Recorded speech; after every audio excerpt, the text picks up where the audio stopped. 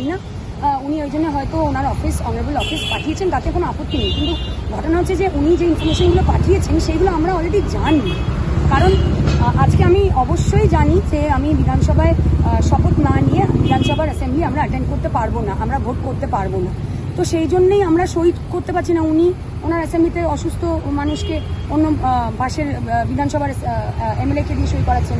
আমার কাছে থ্যালাসেমিয়ার কোনো পেশেন্ট এসছে, তার সার্টিফিকেট সই করছি। আমি মদনদাকে রিকোয়েস্ট করছি, মদনদা একটু সই করে দাও। করতে করতে তো 1 মাস কেটেই গেল। তো যদি সই করারই হতো, এগুলো না জেনে যদি আমরা সই করে যদি আগেই করে দিতাম, তাই না? আর তৎপরতাটা আমাদের 5 তারিখ থেকে রয়েছে, কিন্তু আজকে মানে অন্য দিক থেকে তৎপরতাটা হঠাৎ হয়েছে ঠিকই, কিন্তু আমাদের তৎপরতা তো 5 তারিখ থেকেই হয়ে রয়েছে। কারণ আমরা আমাদের কাজটা করতে পারছি না, তো আমাদের কাছে ক্ল্যারিটি নেই। এবং উনি অবশ্যই যদি মেনশন করে দিন, দেখুন যদি মানে মাননীয় রাজ্যপাল যদি আমাদের শপথ বাক্য পাঠ করান রাজভবনে, তখন ঠিকভাবে যদি নিয়ম মেনে প্রথা মেনে যেরকমভাবে ইন্টিমেশন দেওয়া হয় অফিসিয়ালি, সেইগুলো হলে আমাদের তো কোনো আপত্তি নেই। কিন্তু আমাদের মানে অ্যাসেম্বলিতে কিছু জানানো হলো না, অনারেবল স্পিকারের অফিসে কিছু জানানো হলো না। তো আমরা ওখানে কি করে নিতে যাব শপথ বাক্যটা পাঠ করে, কি করে করবো? একটা পেপার ওয়ার্ক তো করতে হবে। তো সেই জন্যই আমরা ক্ল্যারিটি চাইছি যে কে শপথ বাক্যটা পাঠ করছেন, কাইন্ডলি বলুন।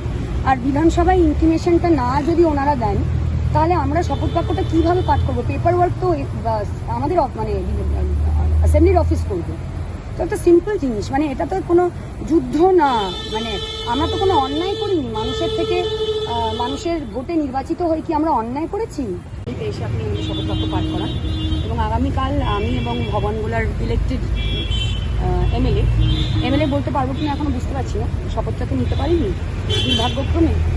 আমরা এখানে 12টা থেকে 4টে অবধি থাকবো, সমস্ত ডকুমেন্টস নিয়ে আমরা রেডি হয়ে থাকবো। এবারে ওনার ডিসিশন কী হবে সেটা আমরা বলতে পারবো না।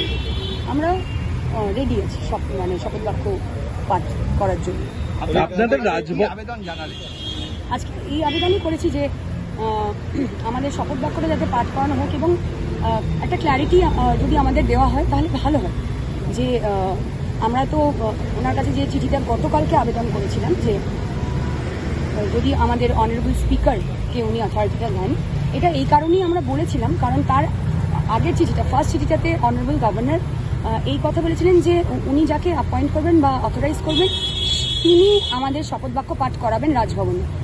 অন্য কাউকে উনি অ্যাপয়েন্ট করবেন, করতেই পারেন, তাতে অসুবিধা নেই। আমরা আবেদন করতে পারি, আমরা সেটাই করেছি। আজকেও আমরা আবেদনই করেছি, কালকেও আবেদনই করব। আপনাদের রাজভবন যেতে আপত্তিটা কোথায়? আমরা তো রাজভবন যেতে আপত্তি করছি না, এটা কে বললো আপনাকে? কিন্তু রাজভবনে গিয়ে শপথ বাক্য পাঠ নিশ্চয়ই করা যাবে।